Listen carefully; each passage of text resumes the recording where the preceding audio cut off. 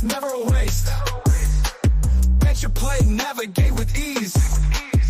Winning squads, that's our breeze. FPL Rodeo, we ride. Insightful reviews and the fun won't hide. Join the band to feel the vibe. FPL Rodeo, we ride.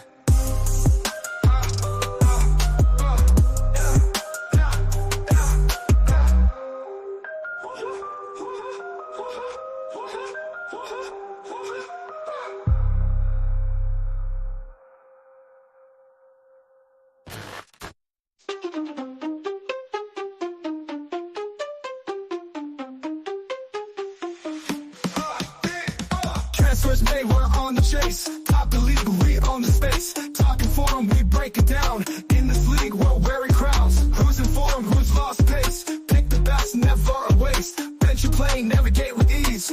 Winning squads, it's a breeze. FPL Rodeo, we ride. Insightful reviews and the fun will hide. Join the band to feel the vibe. FPL Rodeo, we ride. Transfers made, we're on the chase. Top the league, we own the space. Talking form, we break it down.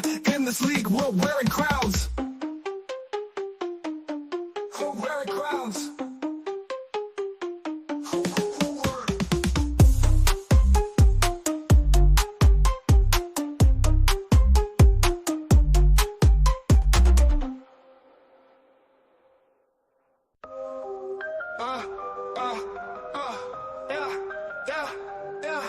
In that FPL Rodeo, we play the game. Fantasy, football, the road to fame. We talk stats, we talk goals. Building teams to reach our goals. Every week we make our picks. Playing insights, all the slick tricks. Got my squad ready to compete. Riding high, never face defeat. FPL Rodeo, we ride. Insightful reviews and the fun won't hide. Join the band to feel the vibe. FPL Rodeo, we ride. Transfers made, we're on the chase. Top the league, we own the space. Talking form, we break it down. In this league, we're wearing crowns. Who's in form, who's lost pace? Pick the best, never a waste. Bet your play, navigate with ease. Winning squads, that's our breeze. FPL Rodeo, we ride. Insightful reviews and the fun won't hide. Join the band to feel the vibe. FPL Rodeo, we ride.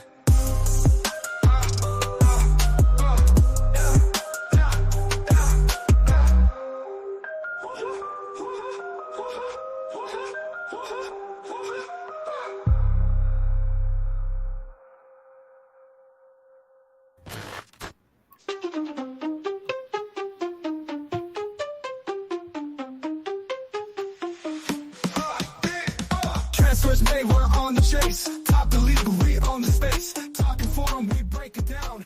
In this league, we're wearing crowns. Who's in form, who's lost pace? Pick the best, never a waste. Bet you play, navigate with ease. Winning squads, it's a breeze. FPL Rodeo, we ride. Insightful reviews and the fun will hide. Join the band to feel the vibe. FPL Rodeo, we ride. Transfers made, we're on the chase. Top the league, we own the space. Talking form, we break it down. In this league, we're wearing crowns. Okay, good afternoon, good evening, good day, wherever you're joining us today. My name is Larry, and I'm so excited to welcome you to yet another exciting edition of your favorite weekly show, the Fantasy Premier League Radio, where we talk about FPL Fantasy Premier League.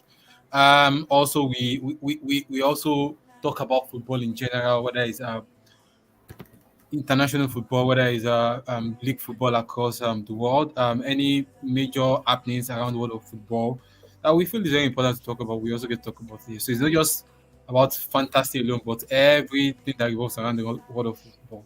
So yeah, if this is your first time of joining us on this show, we're very happy to have you, and we're excited to walk you through your first edition with us. Remember, it's a community of not just football enthusiasts, but even generals, people who have been watching ball since even before I was born, right? I'm still very young, but anyways.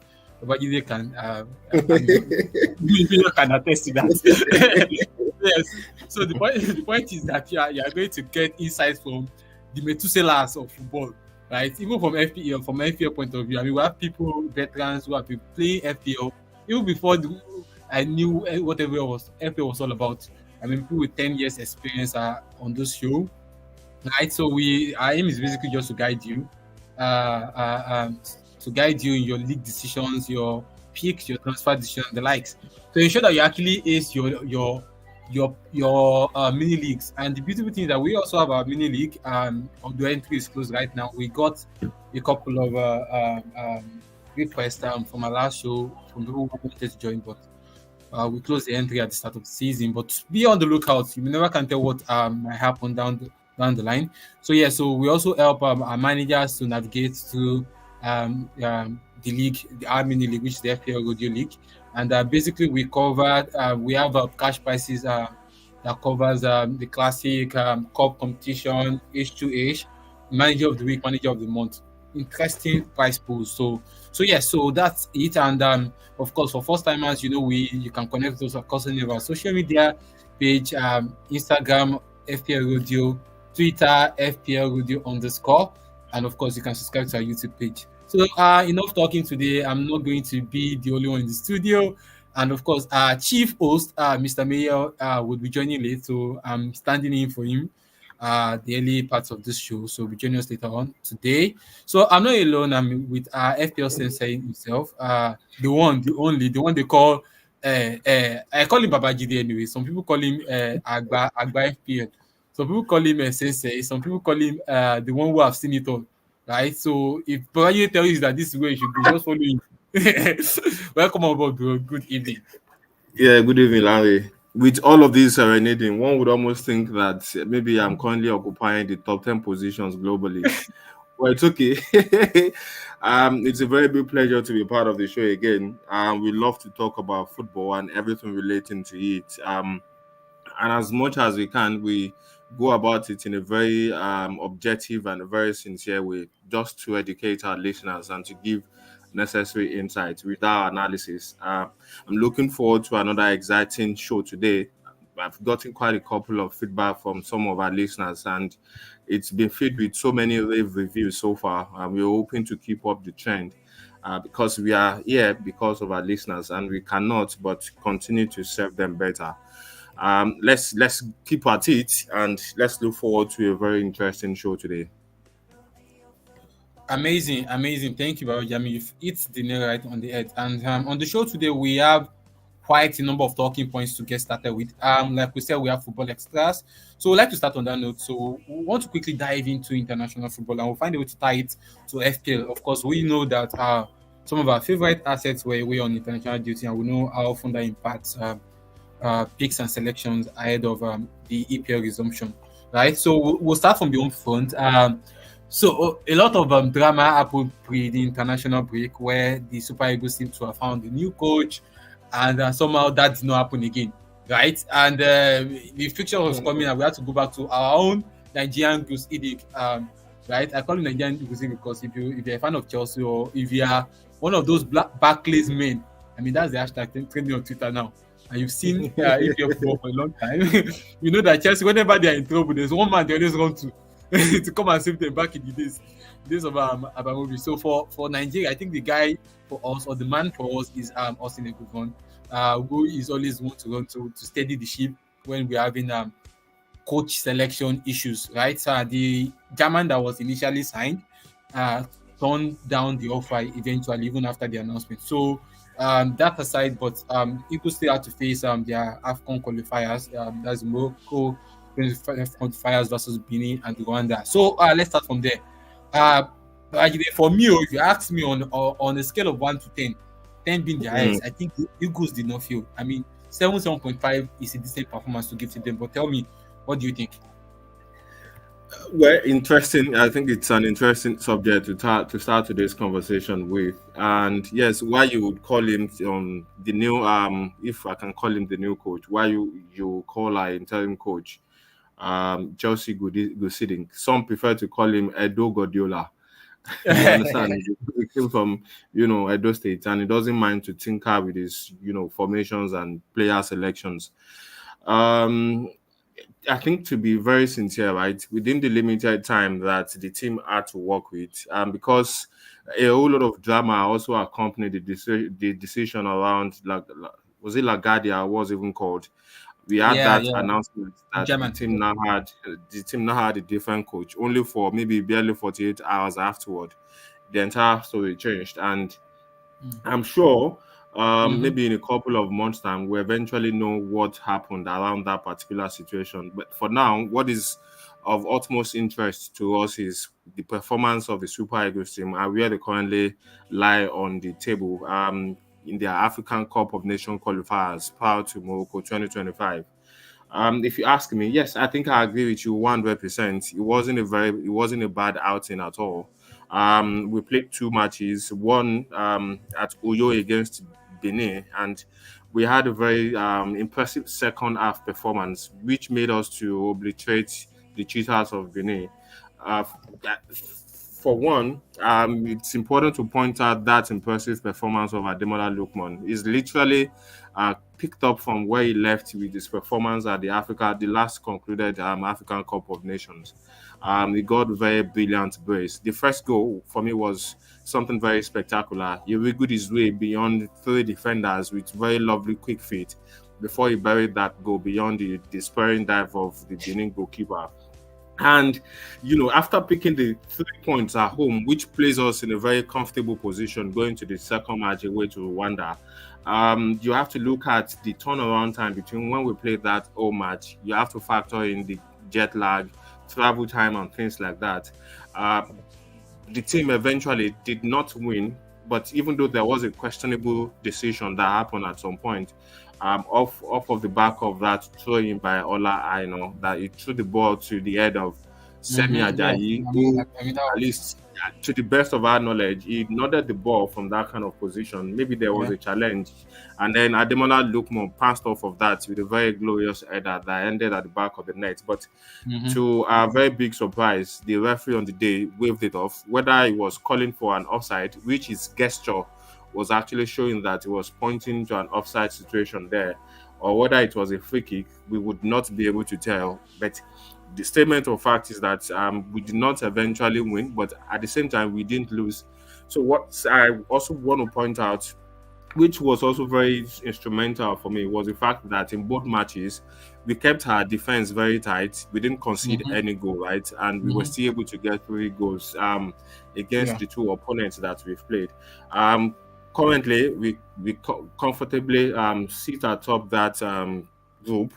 We are on 4 points, followed by Benin 3 points. Rwanda, who have drawn their first two matches, 2 points, and Libya are currently on 1 point. It's not a bad start for that qualifiers. We can only hope to see what kind of performance we eventually get from the Super Eagles when they take against the Libyans come next month when we have another international break.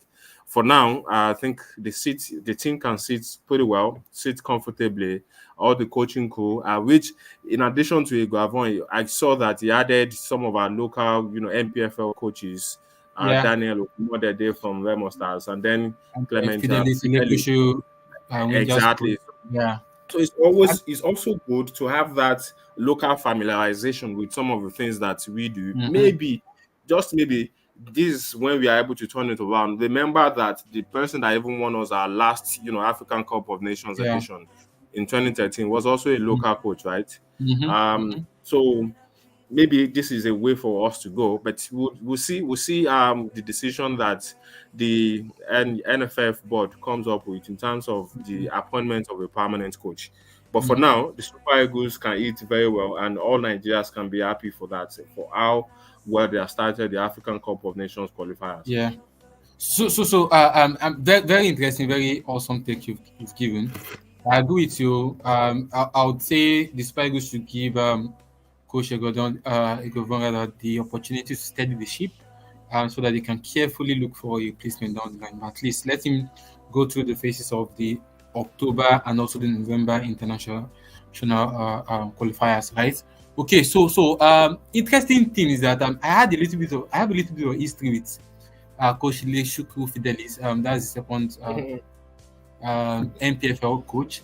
I remember when I still love NPFL football, I used to follow MFMFC, their matches, and when I was serving in Maybe because you attend MFM church. What do you maybe think? that one too. but then I would go to their matches. I mean, it opened my eyes to go watching NPFL and the talents that we have in NPFL. I'll go watch them at Agege Stadium, go to Aba, go to Owerri, Dynam Iron Stadium in Owerri. So I was watching football. I mean, it was really nice, and it was nice to see how we started from grassroots and where he is today. I think I dropped a tweet about it as well. A lot of people even alluded to the fact that he has really done well for himself in a very short career span. I think just about 10 years or so. So amazing. So still on international football, going to the international, let's leave Nigeria and Africa now. I mean, one thing stood out during the international break. It was no other than what the man we have known as we have come to know as Ororo. Ororo broke record. Bro, I know you don't like him, you don't like him, but then it's still You can't say I don't like him now. We know now. You don't have to come. You don't like this guy. Yeah, he's still our goat. He's still our own goat. He broke record, guys. 901 goals. Is it easy? If he easy run now. So I mean, it's just to show that when I was they were trying to check the number of goals he has scored post 30 years. I mean, there are quite a number of accomplished international footballers who could never scratch that number levels, to show that he's just aging like fine wine, right? And he's not resting. I know that his new target is 1,000, but then let's talk about Ronaldo for a while before we jump into FPL now.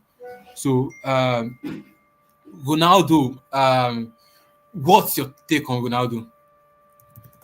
His performance. Let me just hear from you. Okay, maybe just to quickly correct one impression, right? I don't think it is entirely correct to say that I don't like him. Just that the way things are, we all have our favorites, and it's one particular argument or one particular duel that will last for ages long. The same way you had that duel of who was the better player between Pele and Maradona. That fight of who has been the better player, right, between Ronaldo and Messi is something that will resound and transcend across ages. So maybe I just happen to be a favorite of Lionel Messi. It doesn't mean that I don't like Ronaldo. One thing I always say is that when you talk about, GOAT of football, footballing world, in my own honest opinion, which I don't think by this time should be an arguable fact, it has to be Lionel Andres Messi.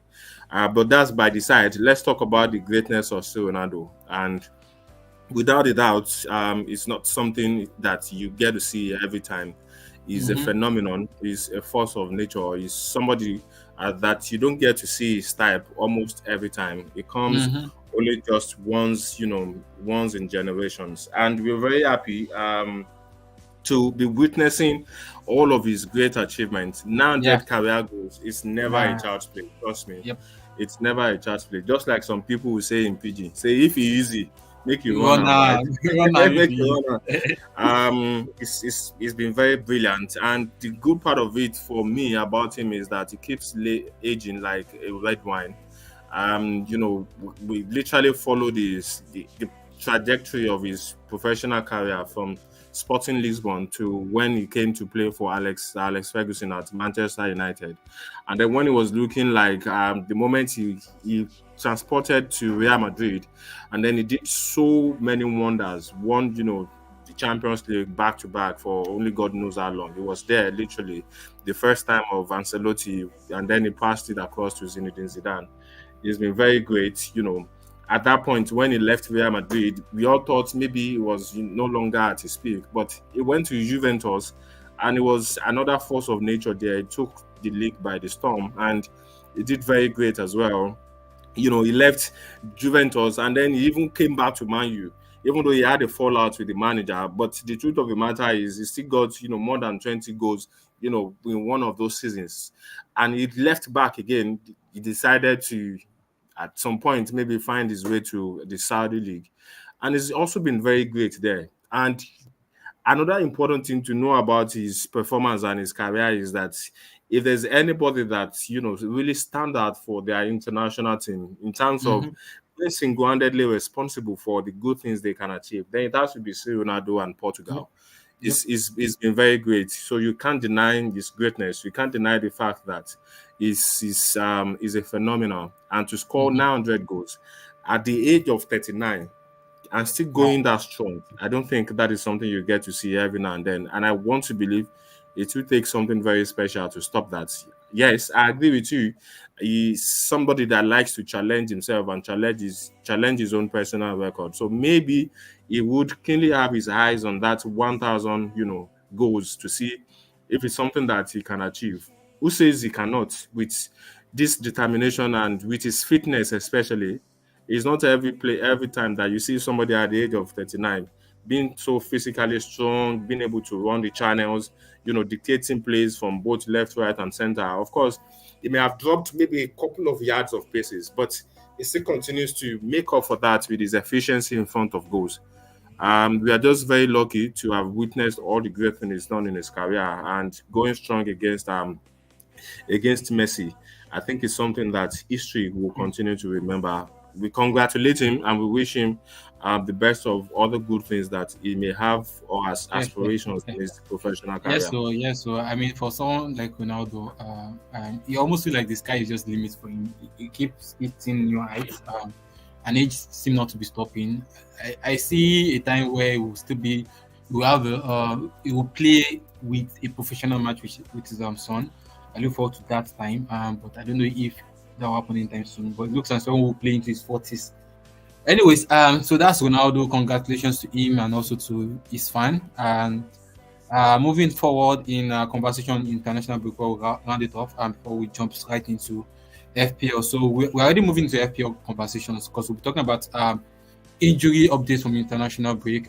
Specifically, we'll be highlighting key assets that were on duty, key FPL assets that were on duty over the break and injuries sustained. Foden did not even, I think he didn't even get the call up to the squad citing illness. He has hardly featured this season, and I suspect that Guardiola is actually keeping him to keep him fresh, considering his exploits during the Euros.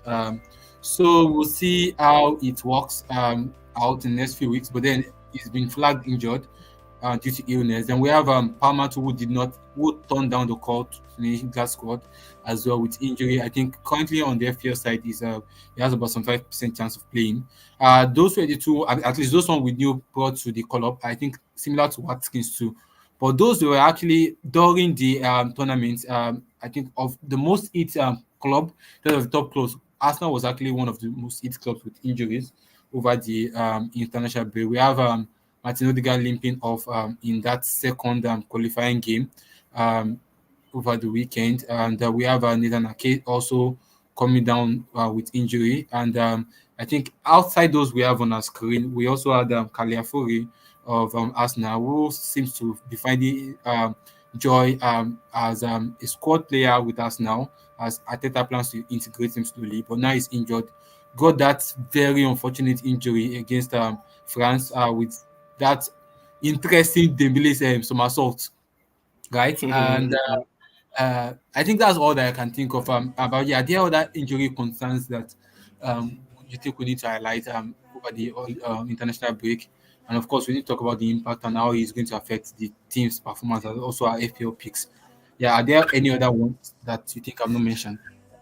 At the top of my head right now, I'm not so sure I can recall anyone that stands out. Without a doubt, maybe in terms of the importance or the significance of that player's contribution to their team, maybe Odegaard will be the one that really hit Arsenal.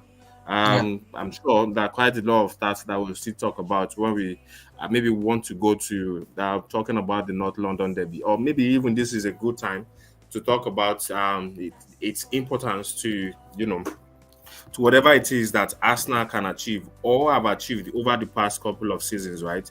And that incident came in a very unfortunate one. It was just a knee issue, an ankle issue rather.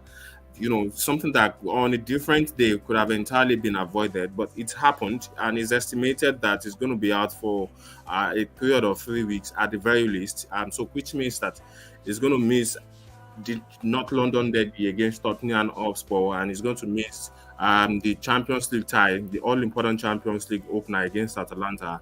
He will also miss that, match against Manchester City, the arch rivals over the past couple of seasons, who Arsenal have really struggled to rescue their Premier League title from. But Martin Odegaard, okay, or maybe before Martin Odegaard, yes, Cole Palmer, we got the report that he started training. As of now, it appears that illness for Phil Foden may still be there somewhat. We are even very curious at this point in time to know what exactly is being diagnosed with, because it's hardly been present for Manchester City even before the international break. And for some weird reasons, he seems to have carried that illness for a very long time now. It will be very interesting for us to know what the media says in the next couple of days when we're having the press conferences. I think to some extent, right, Oli Watkins would also be available for Aston Villa. It was just a case of the club management for both Chelsea and Aston Villa to say that they wanted to withdraw Cole Palmer and Watkins from that particular, from the selection for the UEFA Nations League, maybe just for them to try to find some time to recuperate. Also, bear in mind that at the completion of the Euro 2024, right, a number of these guys did not really have time for them to go into their own break, for them to really go for holiday and rest their muscles. So the management of the different clubs, as much as they can help it, they would want to maximize all those breaks to see how well they can rest their players and make sure that at the thick end of the season, when you need all your players to be firing on all cylinders, those guys are available. Coming back to Martin Odegaard, which for me is the most significant one. And how is it most significant for me is because at this very point is when Declan Rice will also not be available for Arsenal in that North London derby because of that red card incident in their last against match. Brighton, Against Brighton, exactly. And it's a very serious thing that, if Arsenal should miss somebody like Odegaard and Declan Rice in the middle of the park, any team will definitely feel that impact. When you now want to even isolate the contribution of Odegaard to Arsenal, right? In Arsenal have literally picked up 66.4% of wins when they have had Odegaard starting. And you want to compare that with when the team have played without Odegaard. From 66%, the win percentage have dropped to 52.3%. So there's almost a 14% drop with or without Martin Odegaard. As a matter of fact, when it comes to their points per game, right, with Odegaard, the team has averaged 2.1 points per game. But without him, that dropped to 1.7. So you can really tell that to a reasonable extent, it's beginning to show that team may struggle to achieve so many things. When you even look at, in terms of the creative talent, in terms of the attacking impetus, with somebody like Odegaard in the team, they average almost 16 shots per game. But without Odegaard, that dropped to about 13 shots. So there's all of this tells you that, yes, this is somebody that, you don't want to have anything to, to go wrong with him. But it's happened. I just hope that the team is able to navigate their ways around his absence. Maybe this is the time that somebody like Trossard will really need to put his acts together. And apart from being a super sub that is proven to be over the past couple of months that he's been at Arsenal, he also wants to show that he has what it takes to cut it when he starts. One important thing to also note about Odegaard is that, since 2023 and 2024 season till this point in time, he's only ranking second to just one person in the team, and that is Saka. He has 10 assists, right, in the Premier League, and that ranks only behind Saka. For their goals and assist contribution, he currently is average 18 for that period, and that only comes third behind Havertz and Saka as well. In terms of the goals, right, he's also doing very fairly well for the team. He ranks as part of the top 4 players in the Arsenal team when it comes to his goal contribution, with 8 goals within that period. And if you want to take it back a little bit to January 2021, when he joined the team, right, from that time till now, in terms of goals, he ranks as the second highest player for Arsenal. In terms of assists, he ranks as the second highest player for Arsenal with 23 assists. With his goal and assist contribution of 54, he ranks as second.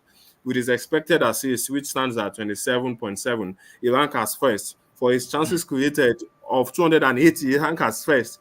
As even for his shot, right, of 241, he ranks as second. So all of this makes you easily get that particular conviction that the team definitely, without missing, will struggle in the absence of Martin Odegaard.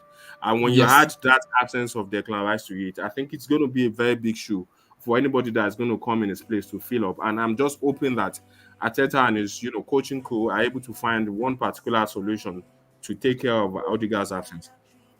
As an Arsenal fan, I join my faith with yours that we'll find a solution. I don't want to see the season capitulate just in September, October, right? You don't want to see that. Of course, Odegaard is someone who will surely miss. And I know that Arteta is already working magic behind the scenes to get him replaced in the attacking. Working magic, really. I want to believe. And we have prospects coming up. I know Saka at one time in our, I would say in our Saka days, about to play. Do you really want to throw somebody like Odegaard? I mean, I say Odegaard, the one into the deep head of the ocean like that. Not exactly. So which is why I was talking about Saka. At some time in our Saka days, Saka has actually played the role of Odegaard before, so it might make a case for Sterling to be considered, like you have said, Kosasu. I mean, a little bit of reshuffle here and there. I'm sure we'll find a way. And it's a derby again, not London derby. You don't want to lose away to your rival. You don't have a choice. You don't even have a choice. It's the reason why you're permitted to register 25 players. Abio. Anyway, so that's it on injury update. So yes, so major impact Odegaard. I mean, if you're looking at the most selected players right now, then also Palmer partly. Not everybody has Palmer, but judging by his article of assist and I think goal against the Wolves, is someone who seems to be living up to his last season name. So if he doesn't come back fit, then I might want to worry about. For Nathan Ake, he actually has a low ownership, given that City defensive assets are highly priced, but Rico Lewis, who is now even up to 4.7. So might not be a major miss. Foden has hardly played. Watkins has failed to recover from last season. So I think Odegaard still is the only one out. So finally, to wrap up on international before we move straight to the game week 4 review. So we're also going to look at players that actually performed in game week. Over the international break, and this is based on most owned assets, right? And we're going to look at most owned assets. I think Haaland is one of the most owned assets, and he only scored one goal in 2 games. One goal in 2 games. He only scored 1 goal in 2 games, and it's quite interesting how they had easy fixture and he still didn't all the goals. I caught the highlight of his match against I think Kazakhstan, and he missed quite a couple of chances, and Norway in general, I mean, they lost a lot of chances. They could have easily won that match 3 or 4 goals, but then that did not happen. So Haaland did not deliver. So which other assets do you think could have actually delivered over the international break? I keep saying holiday. Maybe because the international break feels like holiday for all of us. People, those of us that we worry a lot about who we want to pick and who we don't want to pick. So, courtesy of this stats by not the FPL expert on Twitter. So we're just showing you some of our popular picks that actually did well over the break. I hope you can see. Yeah. So among them is Salah. Salah who's had 1 goal against Cape Verde. We have Palmer who was out with injury, so we already talked about that yesterday, earlier on. Saliba had 1 clean sheet and had quite a performance to forget against Italy, where it was wrong. To be honest, I think the whole of the defense, the French defense, that they didn't cover themselves in glory at all. They were all over the place, and I would imagine that there was a tone of complacency to it because barely 1 minute into the match, Bakola got a goal for the French team, right? So it looked like it was going to be a sail in the park, a walk in the park rather. And at some point, the Italians sensed danger and they capitalized on it fully. the whole of the guys, they rose up to the occasion. They didn't want anything to do with defeat that day. And then they caught the French off guard. And of course, the rest, like they say, is history. But it was a very good performance for the Italians, whereas it was definitely a day to forget for not even the French defense alone, but the entire for the entire French team under Didier Deschamps. A lot of guys have even come up to say that at this point in time, maybe just maybe Didier Deschamps is gradually overstaying his welcome.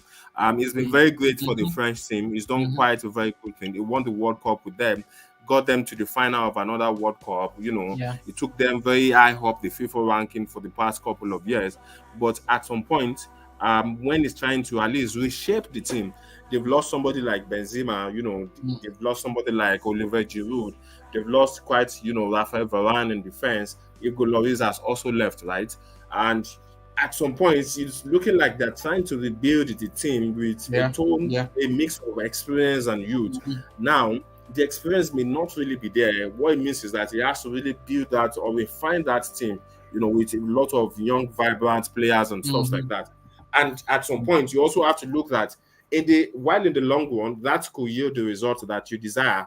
But in the immediate term, results may begin to suffer gradually. They were even forced to bring back N'Golo Kante, right?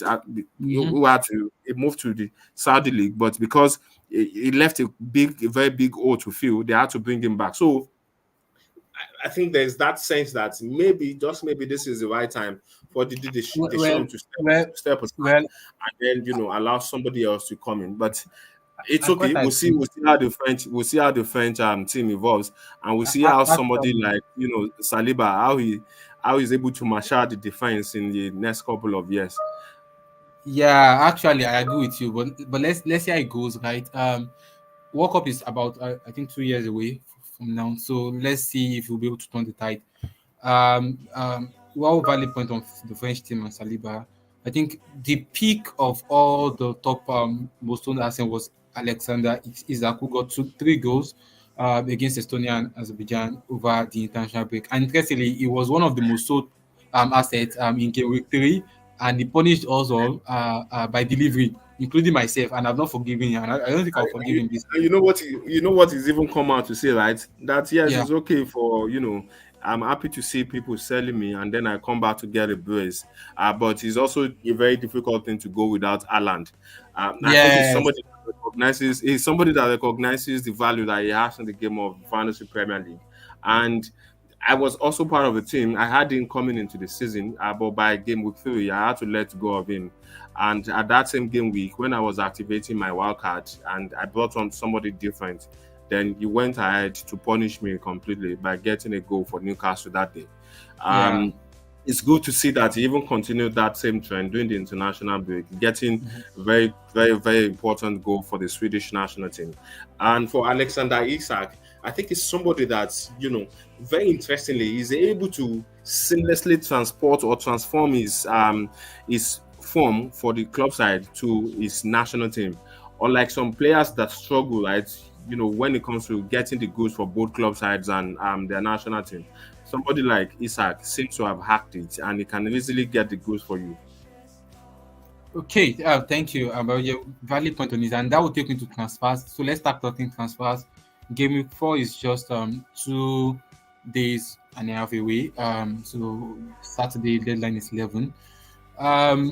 Okay, so we have Mujid talking about Odegaard. Yes, we talked about Odegaard before now, saying you'll be sorely missed. Yeah, sure.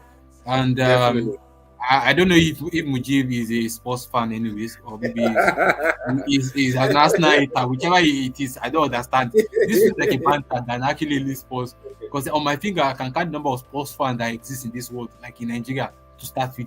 So I want to believe you're a Chelsea fan. You look like a Chelsea fan, Mujib. I'm suspecting you. Why not? Why didn't you say maybe he looks like a sports fan? He doesn't look like a sports fan. He doesn't. He doesn't look like by their banter, you shall know them. By their banter,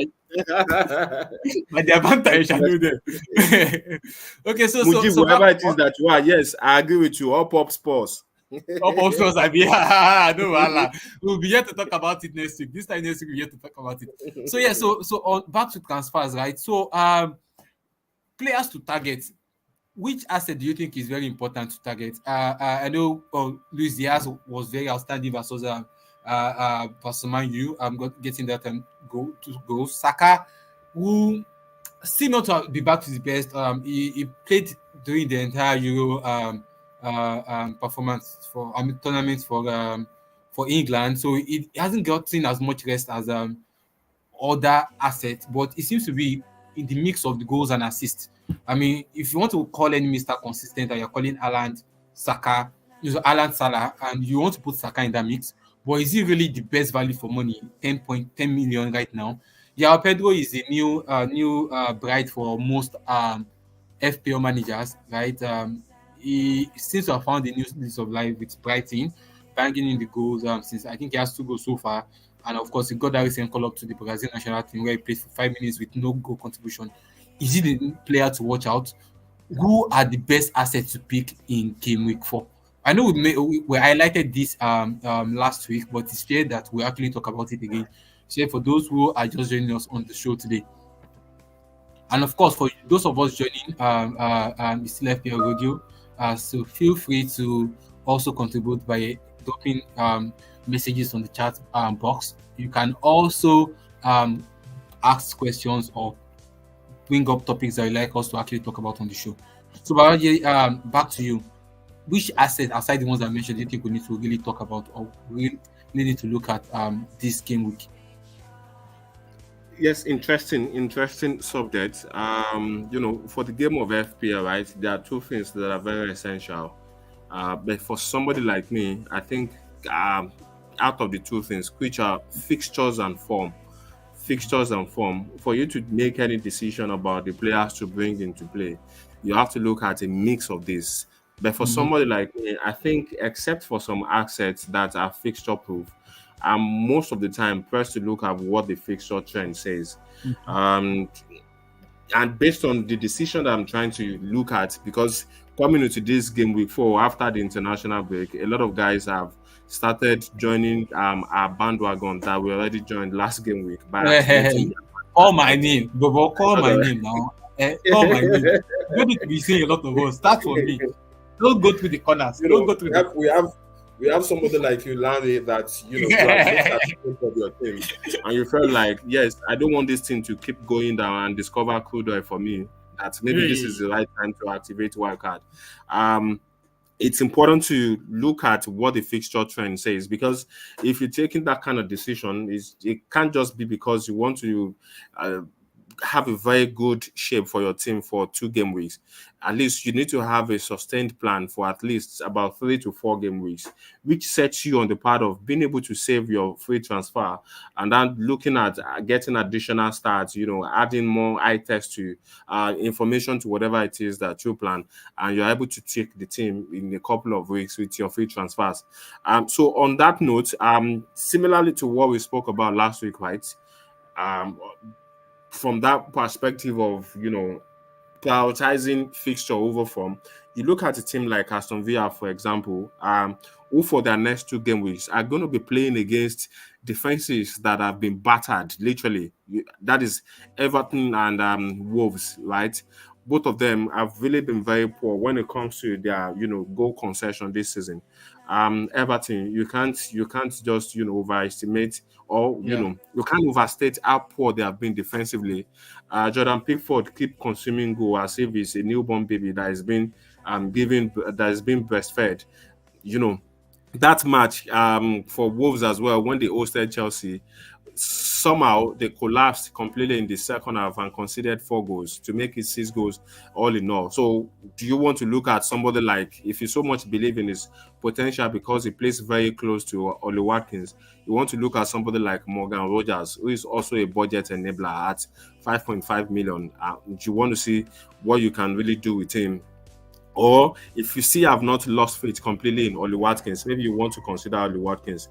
Other assets that you want to look at are Brighton assets, who in the next 2 game weeks are going to be facing Ipswich and Nottingham Forest. Ipswich, when it comes to the expected goal conceded, we spoke extensively about it last week. They rank the poorest of team with expected goal of 7.8 conceded for this season. So you want to look at how you can target somebody like Mitoma, Minte, Welbeck, João Pedro, who are the most critical assets for Brighton for now.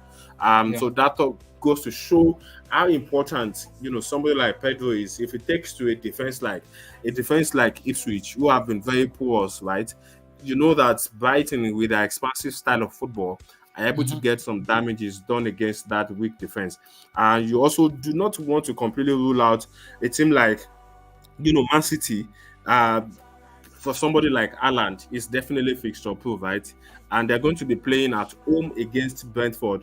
Brentford, Mhm. who their expected goal considered rank them as the 16th place team this season.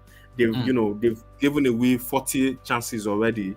In their game against Liverpool, away to Liverpool at the Anfield, they had 2.65 expected goal considered that day. So just imagine the kind of damage that somebody like Haaland can do to such defense, right? Yeah. Yeah. Again, you look at a team like Liverpool.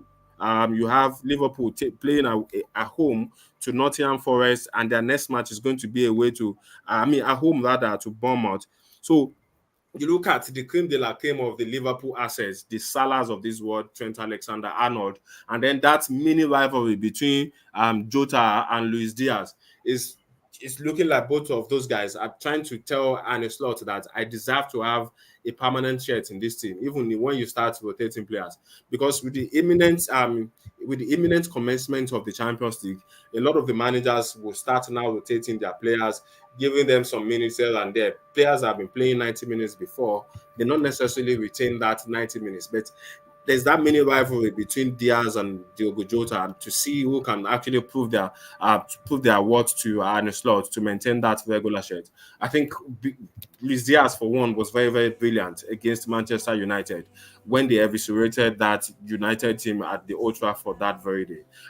So those are the assets that you want to look at, right? And then you see how you can have that mix of both fixtures and form. For Man U, I know a lot of people are not looking at Man U right now, but their next two game weeks are going to be away to Southampton and Crystal Palace, which are teams that you expect somebody like a team like Man U to now bring to the fore that they actually deserve to be part of, the big boys of the Premier League by Yeah. getting some valuable points. Yeah. So those for me are the assets that you have to look at generally, and then see how you can navigate your ways around the next couple of game weeks before we go for another international break. I mean, you pretty much covered three major talking points, because I was going to go by, let's talk about assets, let's go talk about fixtures, but you've touched everything. But I like to go back to the players to watch, right? And based on fixtures for this week, right, and also the next few weeks, this seems like the couple of players that we may need to talk about as well, aside the usual suspects, Salah, Haaland. So I was looking at Liverpool's fixtures. I think you also mentioned last week how they have one of the best set of fixtures up until game week 8, right? And they seem to be solid in defense. They have not considered yet this season, right? And even when you expected them to concede, they comfortably. I would say comfortably because Man U could not even scratch any part of them. Completely defeated Manchester United at Old Trafford.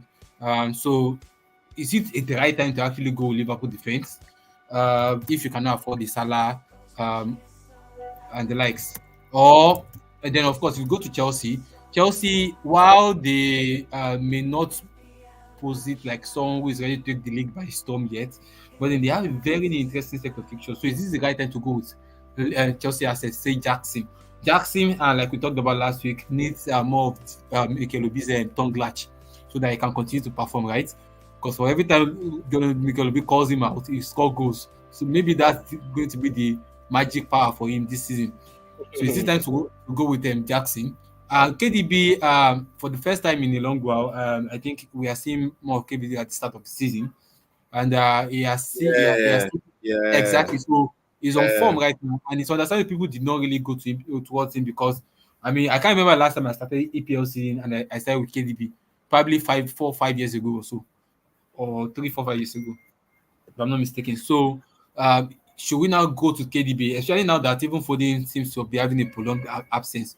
So, is it perfect to have KDB to balance the midfield and save some cash?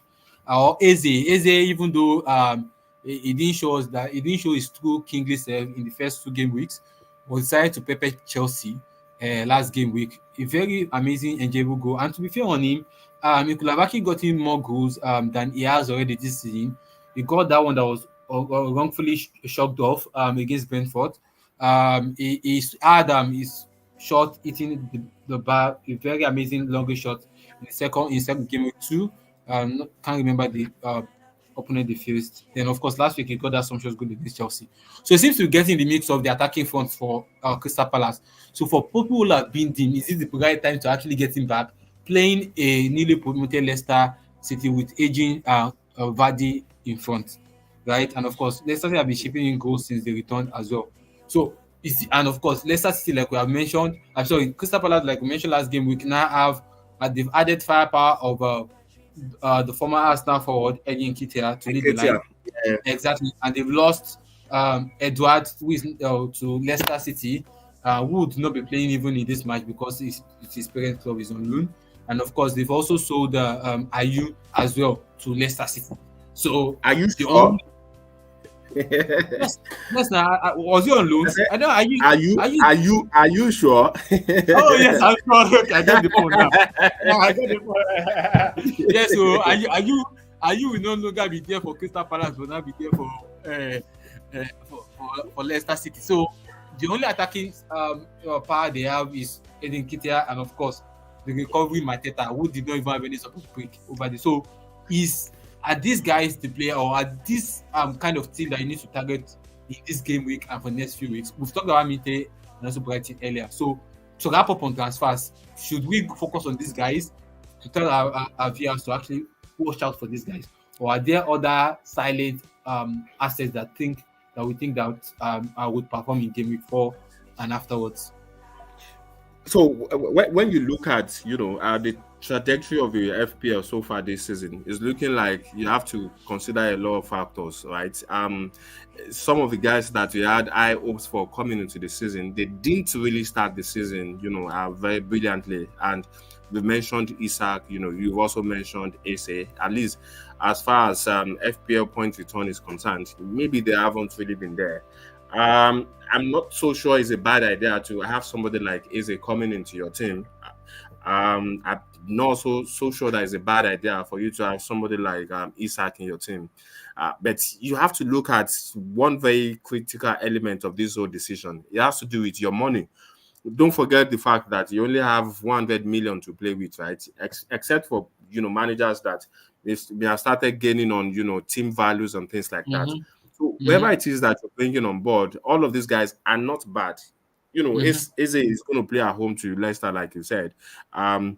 Jackson is going to play away to Bournemouth and West Ham in the next 2 matches. And by the way, I think I saw one statistics recently which almost show how potent and how very effective to some extent, to a reasonable extent, that the striker of Jackson's wherewithal has been. Since he joined Chelsea last season, he's got 16 Premier League goals, which rank as the same thing as non-penalty goals scored by Mohamed Salah of Liverpool. I don't know how to react to that, but I was very shocked when I saw it. So you imagine that is the one that is on penalty kick decisions for Chelsea as well. Who knows? Maybe by now we'll be talking about 25 Premier League goals for Jackson. So it's not a bad asset, right? And out of the 2 or 3 matches for this season, he's got 2 goals and 1 assist already, which is not a bad return. So at the end of the day, what will make that decision for you is your team value. Bearing in mind that there are some must-haves that by now, if you do not want to be burnt by the very unforgiving fire of FPL, you have to have somebody like Haaland right now. And you also need to have Salah. Going into all of these very juicy fixtures, you have nobody to blame than yourselves if you don't have any of these 2 assets. So by the time you commit, 15.2 million to Haaland already, and you're committing 7 million to Salah already, it means you need to have some budget enablers that would help you to be able to spread your money around. And that is where maybe somebody like, that is why a lot of us for now have someone like Emil because of his budget enabling capacity. So all of these are very good assets, but the question is, do you have enough money to cater to it, or you want to go and take a loan elsewhere? It's the money business in FPL this season, and you have said it all. I mean, looking at the quality of assets that we have and the available fund, some of us are even getting priced out of popular assets. I mean, Alan today is now up to 15.7. Salah has also increased up to 12.7. Luis Diaz is currently on 7.7. I mean, these are guys who have lit up the beginning of the season. So Exactly, and they are all good assets. But just like in life, you can't have everything that you you can't wish have them for. all, though. You can't have them all. But how do you want to have them all? You can't. You can. So yes. So fixtures to target. We've talked about Chelsea having the right a very decent run of fixtures. We've talked about Liverpool. I think another And Aston Villa as well. You Aston understand? Villa, yes, Aston Villa. Although people are saying we should sell Oli Watkins, I think there's no cap in the recap. Who is not capping with his comments on Oli Watkins, saying that I beg sell Watkins. So do you think Watkins by his injury is a bad buy right now, given even their fixtures? Is Duran? I think he has Duran, right? The other striker Yes, that they have now, who's in on the form. one, yeah. Yes, A is very, he now the backup? a very quality striker at that too. Yeah. So is it the better choice for everyone? So to pick from Aston Villa perspective, Watkins or Duran? Given that Duran will not start, Watkins will start, and now that I think Watkins is injured, maybe Duran will start. So is everyone now moving away from the boat of Watkins to Duran?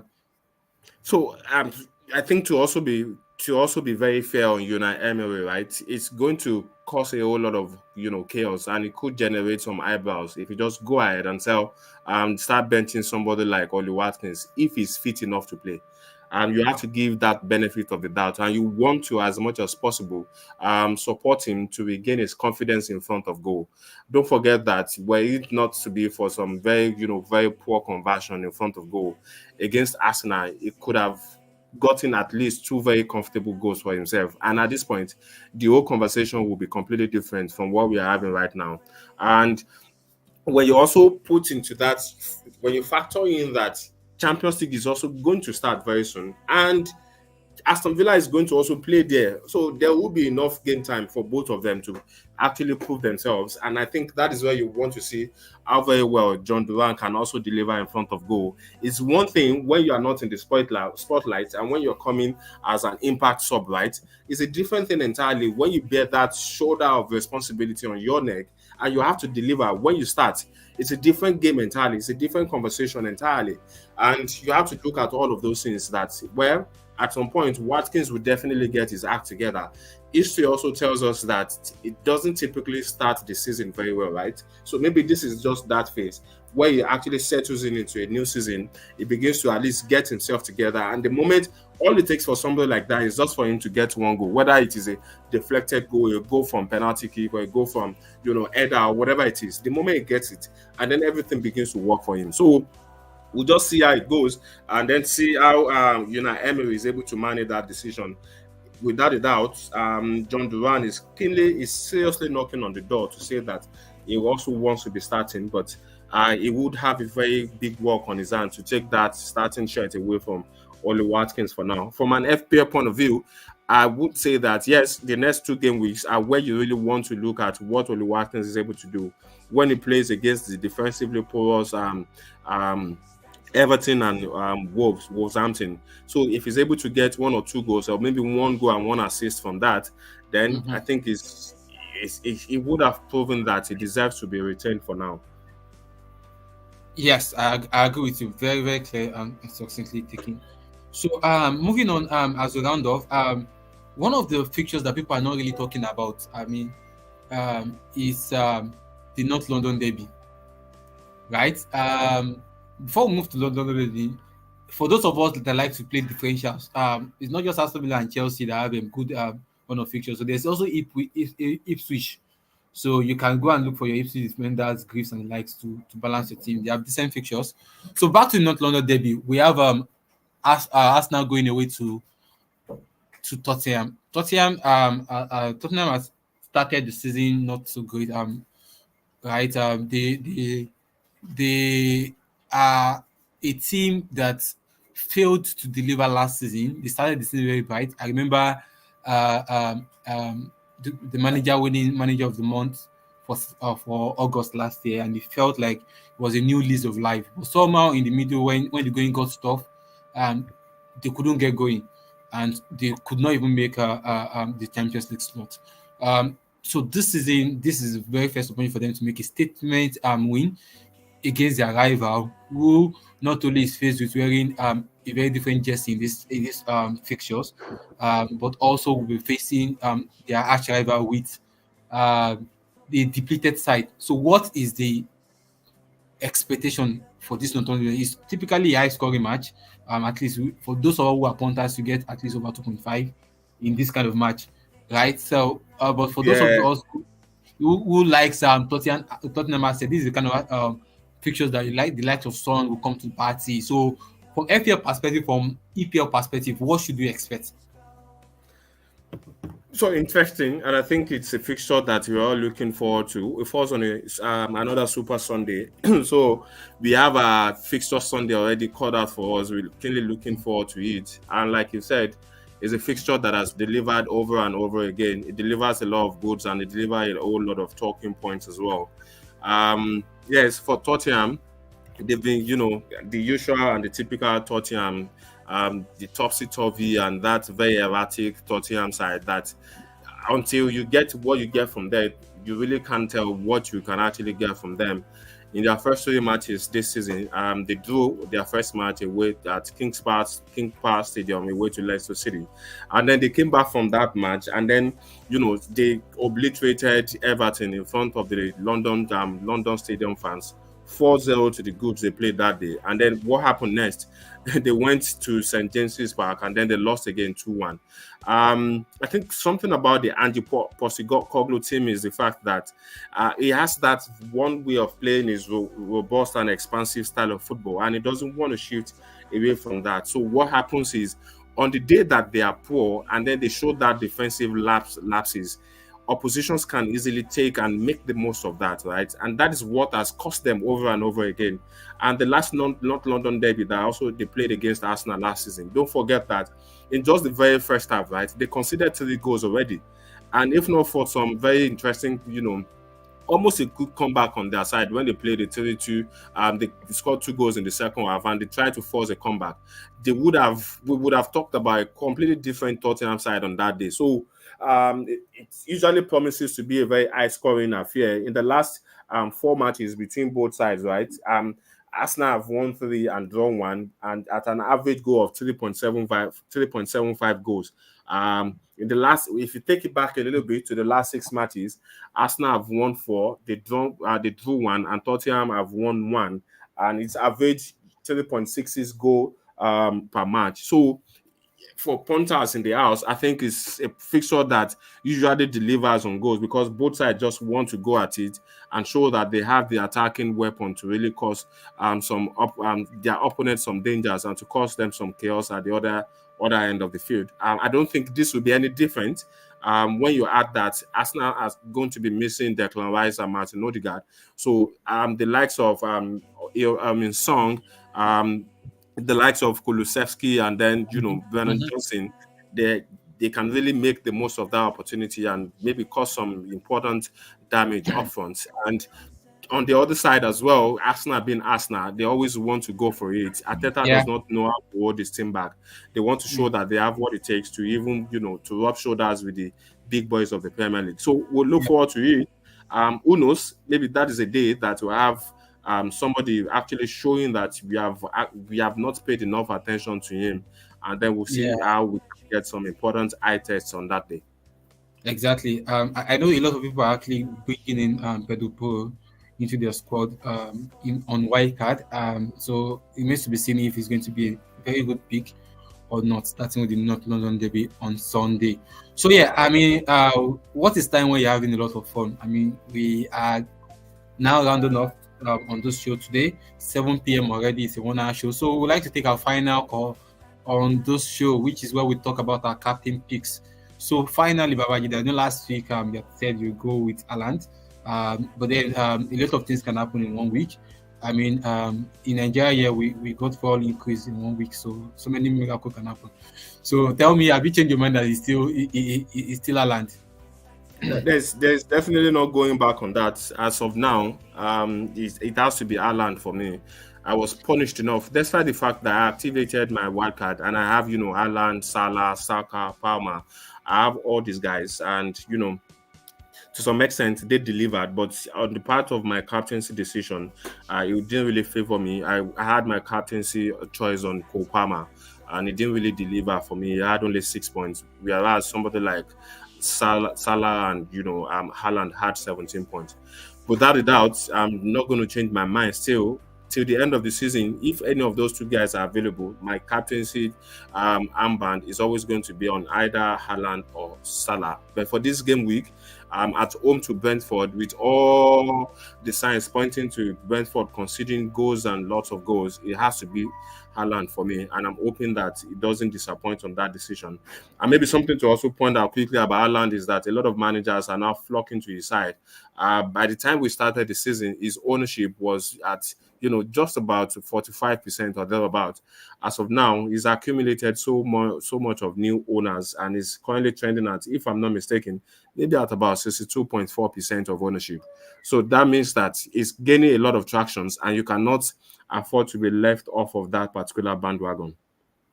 Yes, absolutely. I mean, just this international break alone, he gained 500,000 new owners. So that's to show or to underline the huge influence that Alan is already showing in this season's FPL. So it is, I think Alan is now the person we used to see Salah as. Although Salah is still amazing. I mean, when in doubt, cap Salah, but no, right now is when in doubt, cap Alan by all means. So I'm all Alan though. Better safe than sorry. I don't want to lose out on another on that trick, right? He's been rolling out in the out trick, and I don't want to miss out on that this weekend. So I think that's it for me. Final word. We have Mr. Mio, who has finally joined us. Thank you, last minute joining. Thank you for joining. So final word, Babajude. What's your final advice for managers who are Captain Saland? Captain Saland. Captain Salah. So you can just keep your captain back between Alan and Salah if that works for you. So final word for people who are using wildcard. I mean, a lot of injury concerns, a lot of changes happening. Deadline is 11 a.m. on Saturday. Final word of Ajide as we wrap up the show. Thank you, Larry. I think it's been a very interesting show so far. The parting word from me for those that are activating their wildcard chip this game week could be, try to keep it simple as much as possible. Get as much information as you can between today and the deadline day, especially coming from the press conferences. A lot of the managers will let you know people that are going to be fit and available, because you don't want to bring somebody with your wild card only to find out that person, is injured or is ill or is not going to be available for whatever reason. And, whatever it is that you do, be able to not just plan for only 1 or 2 game weeks. Try to plan for at least 3 to 4 game weeks in advance, and I'm sure that it would have been better off for it in the long run. We're looking forward to another interesting and a very fulfilling game week 4 of the 2024-2025 FPL season. Amazing, thank you, amazing. and enjoy the rest of your evening. Thank you, Babajide. Mr. Mayor, just one word now. That's for the one word if you want to say any word. And if there's none, Captain Saland. Captain Saland. Okay, good, fine. Thank you. Very short and simple. So thank you all for joining. It's been an amazing time in the studio with you. Thank you all for the comments, for listening, for tuning in. Don't forget you can subscribe and also share this amazing program with your circle of football loving friends. You can follow us on our Instagram page at FPL Radio, and on our Twitter page at FPL Radio _. So thank you. Have an amazing rest of the week and a beautiful game week 4. Of course, if you do not have it, it should be banter for us this time next week in the studio. Okay then, so bye for now and thank you.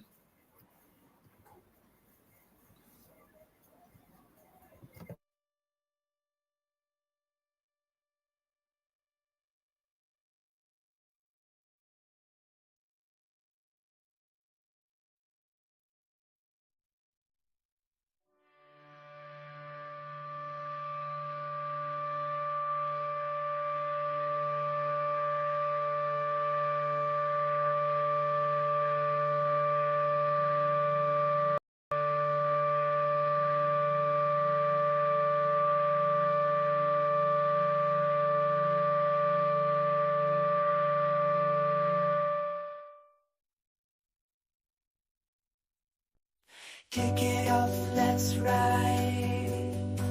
FPL fantasy pride. Line up dreams we chase. Football thrills embrace.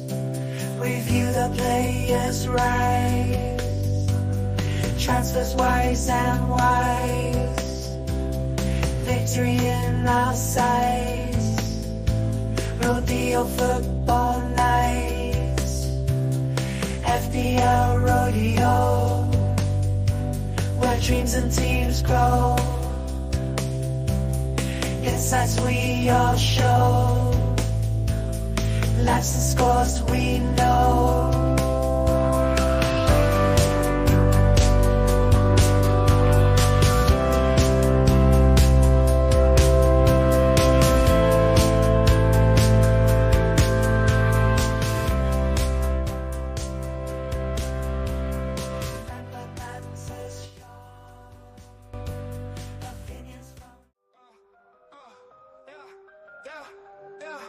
In that FPL rodeo, we play the game.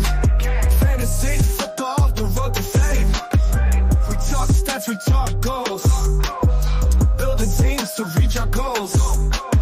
Every week we make our picks. Player insights, all the slick tricks. Got my squad ready to compete. Riding high, never face defeat. FPL rodeo, we ride. Insightful reviews and the fun won't hide. Join the band to feel the vibe.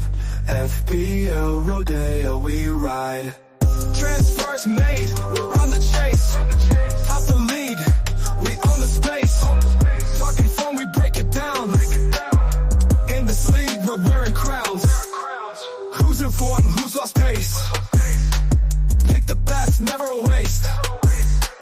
Bet your play, navigate with ease. Winning squads, that's our breeze. FPL rodeo, we ride. Insightful reviews and the fun won't hide. Join the band to feel the vibe. FPL rodeo, we ride.